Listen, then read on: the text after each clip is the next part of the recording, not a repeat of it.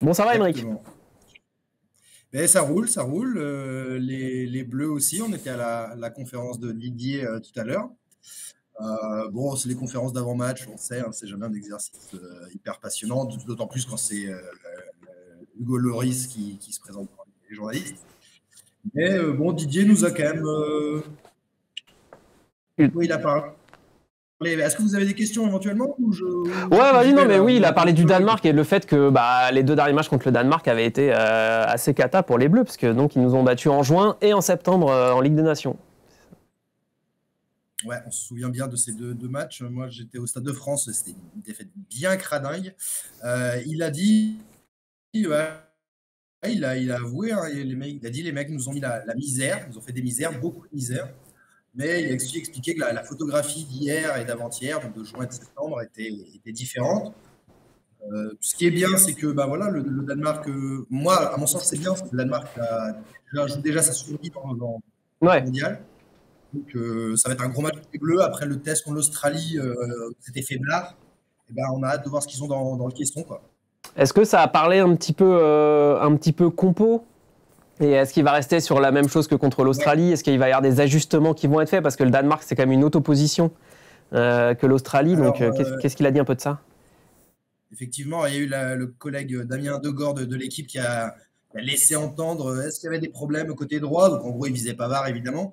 On sait que le match de Pavard a été moyennement apprécié par Didier et son staff. Le problème, c'est qu'on n'a personne derrière, quoi. Que Koundé, c'est par latéral droit et que ce qu'il montre à l'entraînement, c'est peut-être pire encore que Pavard. C'est pas faute Donc d'avoir prévenu voilà. au moment de la liste, hein.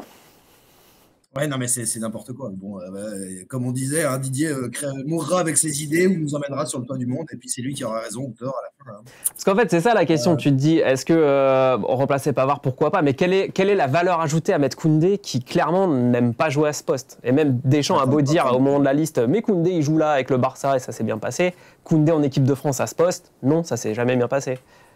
Oui, non, mais depuis le début du mondial, il nous trimballe de toute manière. Euh, oui, non, c'est très compliqué de mettre Koundé. On se souvient de son match à l'Euro 2021 face au Portugal, c'était une cata. Mais logique, j'ai envie de dire, voilà, c'est pas ce qu'il faut du tout. Il n'a absolument pas les qualités pour jouer là. Et il n'a pas l'envie en plus. Voilà, c'est la différence de Lucas Hernandez qui lui peut se sacrifier et s'échapper sur une aile. Lui, non. Euh, autre petit point soulevé, quand même, on avait laissé entendre que comment allait potentiellement débuter Ouais. face au Danemark, le plus costaud en défense. Il est sorti, il a fait qu'un quart d'heure d'entraînement hier, douleur aux adducteurs, encore paumé un gars, tout va bien. Euh, et donc, a priori, de ce qu'on a compris de Deschamps aujourd'hui, ça devrait être Ousmane encore qui aura sa deuxième chance. Et moi, je suis très content parce qu'après le match qu'il a fait pour l'Australie, voilà, j'ai envie de le voir, quoi. Avec, je suppose, comme une mise en garde de la part de Deschamps pour Dembélé en disant attention bonhomme, va falloir défendre quand même. Enfin, Bien sûr, mais il a rappelé en conf tout à l'heure que s'il y avait eu deux, trois petits oublis de repli défensif face aux Australiens, à partir du moment où il lui avait rappelé, il s'était rattrapé.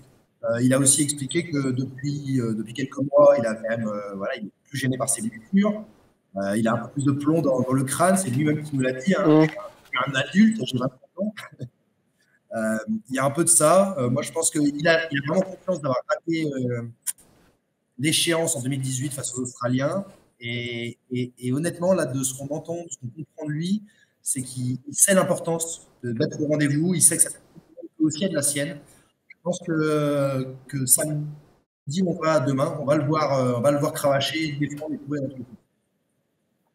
Dans le chat, si vous avez des questions pour Aymeric, n'hésitez pas à les poser pendant qu'on l'a ouais, encore on avec nous nous. demande comment va le moral en gros des Bleus après toutes les blessures. C'est vrai que ça fait Ça a été beaucoup. évoqué il y a Bon, quelques jours, notamment, Ouais. ces questions-là en conférence de presse. ouais, on se posait la question après Benzema, mais dès le lendemain, on allait à l'entraînement. Il était ouvert au public pendant une heure, aux médias. Et non, franchement, il y a une très bonne ambiance. C'est pas un effet de manche, c'est pas, voilà, une fausse connerie qu'on dit là. Le groupe vit vraiment bien. Les mecs le répètent, on le dit aussi. Il a dit, je vais pas. L'ambiance est bonne aujourd'hui. Elle n'est pas très bonne parce que sinon vous avez toujours trouvé un petit détail à dire. Non, non, moi j'ai la sensation que on est plus sur du 2018 dans l'ambiance que sur du 2021 où c'était pas du tout le cas, quoi. Et D'ailleurs, là- ce qui note un peu ça, c'est le rapprochement Griezmann-Mbappé, qui n'étaient pas les meilleurs amis du monde il y a encore quelques mois. Griezmann-Giroud aussi. Non, Giroud-Mbappé. Donc voilà, ça veut dire des choses et il y a un groupe qui semble armé en tout cas pour aller loin. Ils ont envie d'y aller ensemble. En parlant d'ambiance, tu parlais que c'était plus 2018 que 2021. Deux joueurs qui n'étaient pas ensemble, en tout cas en 2018, et qui n'étaient pas du tout là tous les deux en 2021. Oui, c'est le duo Upamecano-Dembélé. Les deux étaient en conférence de presse il y a quelques jours et ils racontaient qu'ils étaient ensemble en primaire à Évreux, que ça se chamaillait un petit peu à l'entraînement quand ça jouait dans la cour et que Dembélé prenait un peu plus le dessus sur Upamecano et ça participait aussi à la bonne ambiance qui règne dans ce groupe France. Exactement, ben, on connaît vraiment le rôle, c'est pas des bêtises d'Ousmane Dembélé, le rôle de lieur de génération. C'est lui qui peut faire aussi un peu le lien entre Griezmann et Mbappé, qui, voilà, on va pas revenir dessus, ont eu des problèmes ces derniers temps, ces derniers mois. Ousmane, c'est vraiment un personnage central de ce groupe. Sa blessure en 2021 et son forfait, quand il a dû quitter le groupe, a plombé vraiment l'ambiance. Bah, il fait du bien à Mbappé. On sent qu'il est primordial dans ce groupe. Ouais, excuse-moi, Aymeric, je t'avais coupé parce qu'en fait, ça avait coupé le son, on t'entendait plus, donc je savais pas si t'avais fini. Non, je disais juste, il fait du bien à Mbappé, Dembélé, beaucoup de bien, et on sait que un Kylian heureux, ça, forcément, ça, c'est ce qu'on veut pour l'équipe de France si on veut aller loin, quoi, aussi. Ouais. Un Kylian heureux, c'est exactement ce qu'on voit depuis le début. Alors évidemment, on dira jamais que le départ de Benzema, même si certains peuvent le penser, parmi les confrères, est une bonne chose pour le groupe. Ce qui est certain, c'est que Mbappé est devenu le numéro 1. Il y a une phrase du staff, c'est 11 guerriers ou 24 guerriers derrière Mbappé. Il y a un peu de ça. À l'entraînement, on voit, il y a des sourires, il y a des complices avec Grisou. Je reviens souvent sur cette affaire, mais c'est très important que tes deux stars d'attaque s'entendent bien. Et Ousmane est tellement aimé par tout le monde qu'il se greffe à ce duo. Et franchement, voilà, on a très très hâte à demain parce que moi j'avais mis une pièce sur Ousmane dès le début, contrairement au chef du sport qui est de 20 minutes qui dit qu'il fait un match en bois une fois sur le Barça. Julien Aloy pour ne pas le nommer. Exactement. Après, je regarde pas tous les matchs du Barça, mais je trouve qu'il a vraiment changé ces derniers mois, ces dernières années, on peut le dire. Il a parlé de son hygiène de vie. Il nous a fait pareil hier, il a dit ça va, les gars, c'était pas plus la fête tous les jours. Et bon, c'est au niveau de l'alimentation, du sommeil que c'était pas ça. Il a pris conscience que le haut niveau exige. Il s'est acheté un réveil, c'est bien. Ouais, et puis au-delà des cas individuels, ce match, on l'attend beaucoup parce que ce que Deschamps a mis en place sur la première rencontre contre l'Australie, on a envie de voir ce que ça donne face à une adversité plus relevée, quoi. Surtout, et donc on a envie de savoir si ça peut nous porter loin dans la compète. Et c'est demain qu'on va savoir. Exactement. Il l'a dit en conf tout à l'heure, Deschamps, il y a eu 2, 3, 4 séquences face à l'Australie que je n'ai pas aimé du tout, notamment sur le repli défensif. Il faut encore que Griezmann se mette dans ce rôle-là. C'est pas tout à fait. Tu peux pas devenir numéro 8 box-to-box en 2 jours. On sait que la préparation des Bleus, que Deschamps a tout changé ces derniers mois. Donc forcément, il y a des trucs à bosser. Moi, j'ai aussi envie de voir la charnière. Normalement, ça devrait être Varane, nous les avons Deschamps. On espère voir Upamecano aussi talentueux. Un mec qui a une relance aussi soyeuse au pied, ça fait du bien. Voilà, Varane, c'est un coach, c'est un leader, mais au niveau des Corones, pour casser quelques lignes, ça n'a pas toujours été ça. Donc, Upamecano, il nous l'a dit en compte. J'ai toujours pris des risques avec ces petits dans la relance et c'est pas aujourd'hui de m'arrêter. Donc, on a envie de voir comment ça peut s'articuler contre le Danemark qui sera autrement une position plus velue que l'Australie. Merci Aymeric d'avoir été avec nous pour nous apporter quelques petits éléments. On te souhaite une bonne journée. C'est quoi le programme pour toi aujourd'hui ? La conf, c'était aujourd'hui. Il y a un entraînement ouvert à un quart d'heure aux médias, mais c'est à 19h. Je ne vais pas y aller parce qu'on n'y apprend vraiment rien pour le coup. Il s'échauffe et puis après, on nous fout un coup de pompe dans le cul pour dégager. Donc, non. On va bosser un papier Upamecano exactement, sur les relances, la qualité de relance de garçon. Il sera à lire dès demain matin, si le public va en avance. Oui, bah, il fera pas de mal.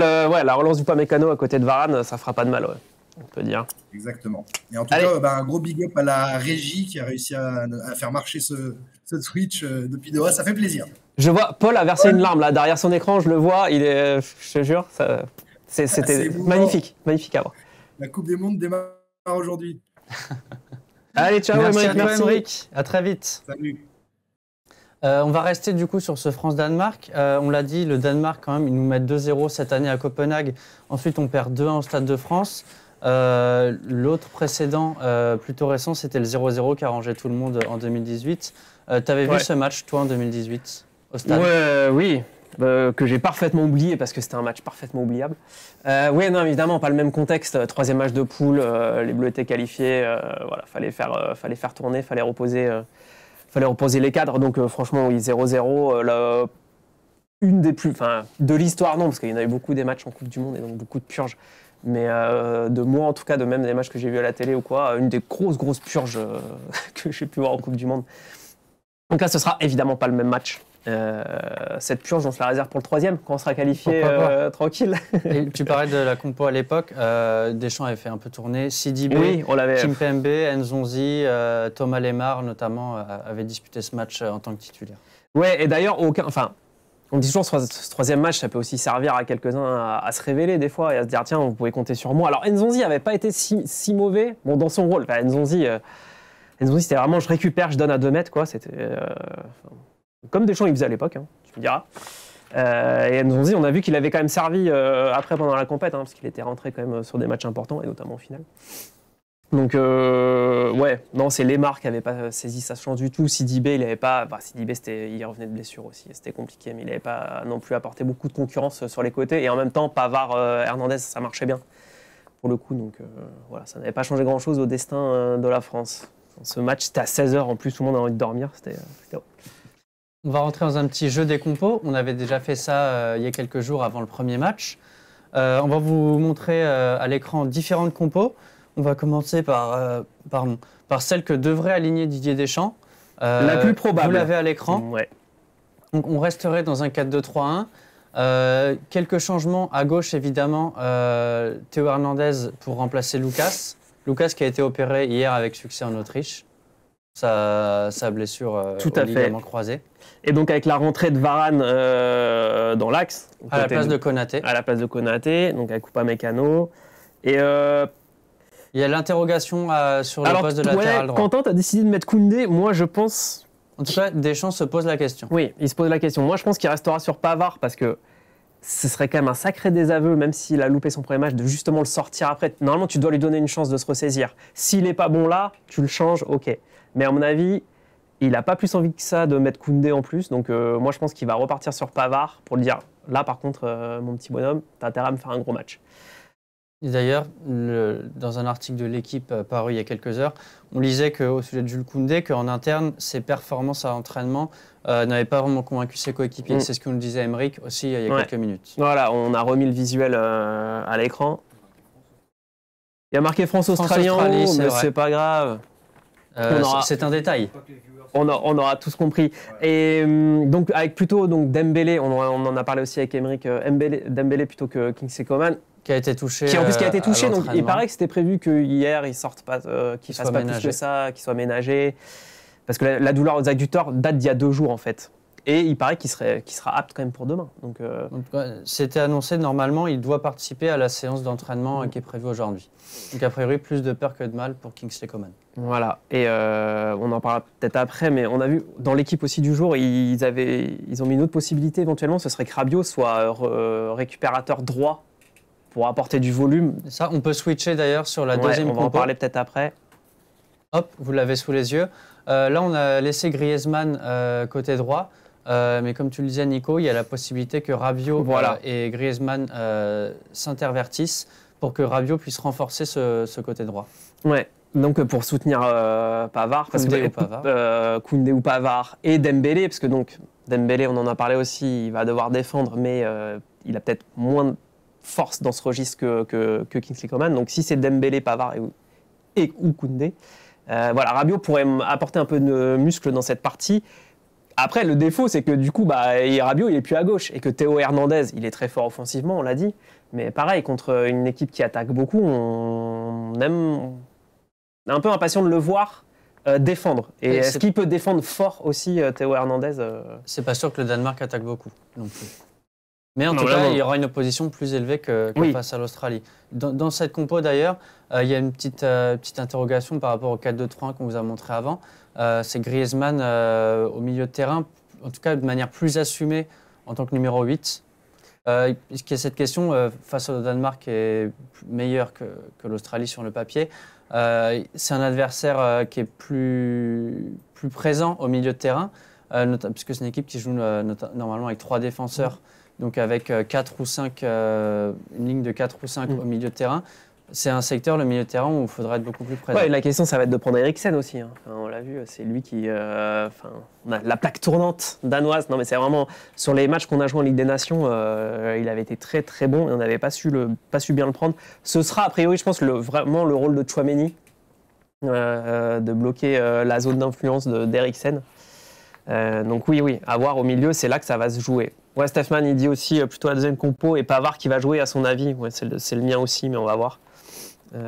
Et il y a aussi un coup dur par contre côté danois, c'est Thomas Delaney qui s'est blessé au genou lors du premier match et qui lui est forfait pour le reste de ce mondial. Et oui, il n'y a pas qu'à nous que ça arrive. Non. Ce genre de mésaventures. Et on avait une troisième compo. C'est ça. Alors, plus hypothétique, beaucoup plus hypothétique, on pourrait même dire. Plus couillu, voilà. comme on le dit. En défense centrale, on a laissé Upamecano Konaté parce qu'il y a toujours quand même un petit point d'interrogation sur Varane, même si on se dirige vers une titularisation pour lui. Alors vraiment, ça c'est un peu un va-tout. Parce que le duo Tchouaméni-Griezmann devant la défance... Je sais pas, alors, un peu risqué, peut-être. Quentin, si Dédé voit cette compo, il va nous faire une syncope. Hein. Il va faire un malaise, le pot. En pleine compétition sur un deuxième match. Non mais qu'est-ce que c'est que ce truc? On le ressentira pour le troisième. Mais oui, non, mais écoute, ça mérite. Non, c'est parce que là, voilà, c'est ça, la compo plaisir, quoi. Le 4-4-2 à plat avec Griezmann. Griezmann en 6. Et l'entrée de Marcus Thuram. C'est une très belle compo pour l'équipe de France dans les années 80, par contre. Michel Hidalgo aime beaucoup. Et Marcus Thuram, d'ailleurs, là, on l'a mis à gauche. Il avait occupé ce poste sur l'aile gauche déjà avec l'équipe de France. En novembre 2020, contre la Finlande, on perd ce match 2-0, si mes souvenirs sont bons. Et contre la Suède, ce match-là, on le gagne, par contre. Oh, ce match contre la Finlande. J'aurais peut-être pas dû l'évoquer. Ouais, non, j'avais sorti de ma mémoire aussi celui-là. On n'est pas en Bundesliga, bah oui, c'est clair. Mais bon, non, mais on verra. Alors, oui, ça se trouve, sur le troisième match. On est conscient que ce ne sera pas cette compo demain. Mais c'est pour dire que regardez ça, le réservoir français. Regardez tout ce qu'on peut faire avec nos joueurs. C'est pas magnifique. Et malgré 15 blessés. Ouais, 15 blessés, 18 défenseurs centraux et 4 attaquants action.